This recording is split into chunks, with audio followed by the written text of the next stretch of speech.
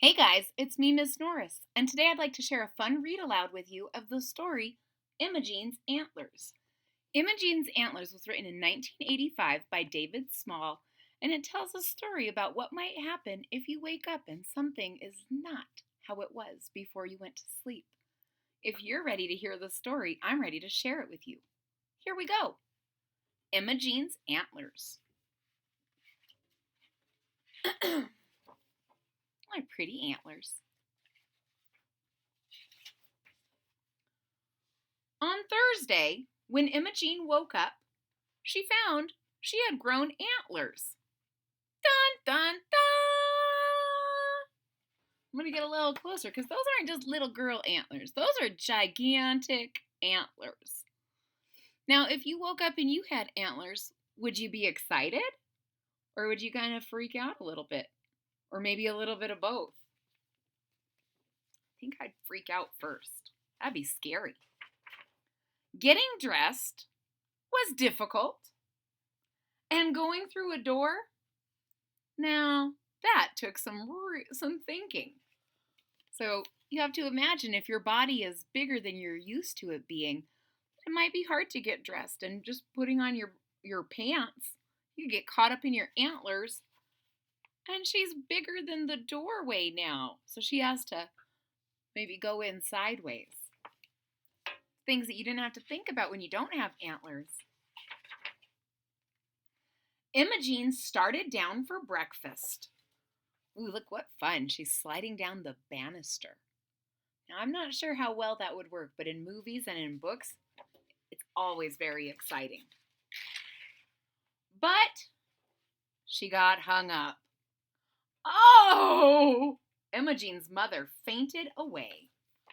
So she's probably used to sliding down the banister every day, but with her antlers, she got caught in the chandelier. And her family is all trying to figure out how to help. But her mom, she fainted. And the cat looks a little freaked out too. The doctor poked and prodded and scratched his chin. He could find nothing wrong. The school principal glared at Imogene, but he had no advice to offer. So the doctor, everything's fine. Is it? And the principal, look at that glare. But he didn't have any advice. He didn't tell her what she could do. Her brother, Norman, consulted the encyclopedia and then announced that Imogene had turned into a rare form of miniature elk. Imogene's mother fainted again and was carried upstairs to bed. So before there was internet, people looked in books called encyclopedias to find information. And Imogene's brother Norman has declared she's a rare kind of elk, a miniature elk, which of course made their mother faint again, and they had to take her upstairs. This is hard on her mom, isn't it? Imogene went into the kitchen. Lucy, the kitchen maid, had her sit by the oven to dry some towels.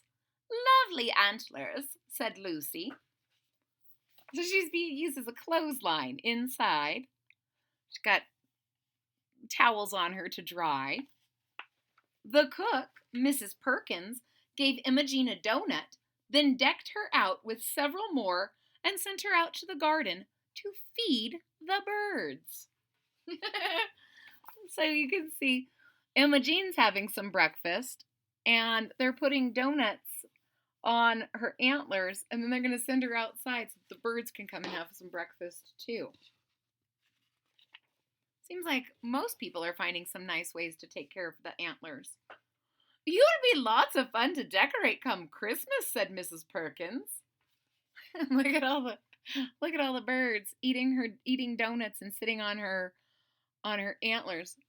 And look at the kitty watching in the window behind. He's kind of Maybe he wants some donuts too.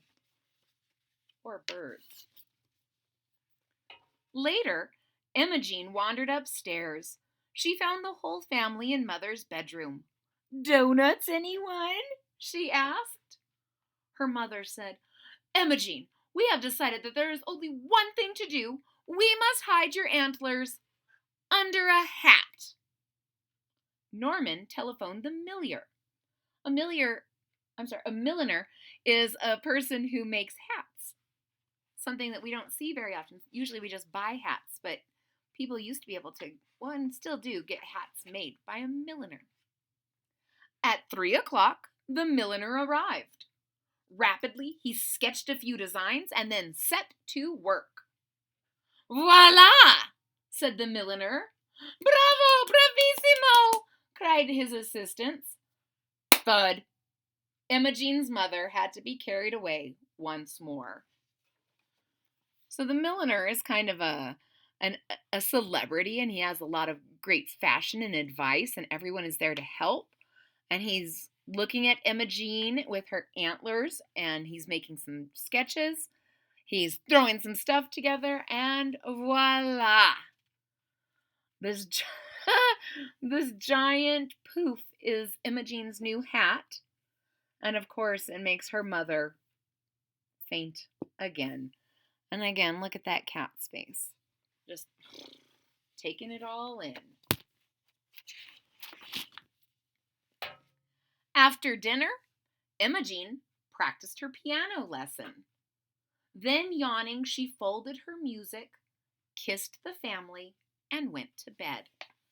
So you can see while she's playing the piano, she's put some candles on her antlers, and it's helping light the piano and music books for both her and Norman. Oh, she's yawning. Norman's putting out her candles and putting them away.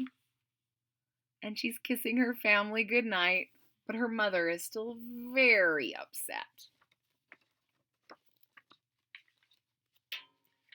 Imogene sighed, remembering the long, eventful day. But it looks like she's happy. She smiled, enjoying that day. Maybe she enjoyed having antlers. On Friday, when Imogene awoke, the antlers had disappeared. Well, that's good. She's, again, a little bit surprised. When she came down to breakfast, the family was overjoyed to see her back to normal. Until, dun, dun, dun, she came into the room. She doesn't have antlers anymore, but check out her tail. The end. Ladies and gentlemen, I hope you really enjoyed the story of Imogene and her antlers. If you did, please hit that thumbs up button at the bottom of the page. If you are already a subscriber, thank you so much for your support. It really means a lot to me. If you are not a subscriber yet, click the subscribe button down here at the bottom of the page. And don't forget to click the bell so that you're notified when there's new content. And if you happen to wake up some morning and have something different on your body, go for it and enjoy yourself. And just know that it probably won't last forever. I hope you have a really nice day, and I hope to see you again real soon. Bye-bye.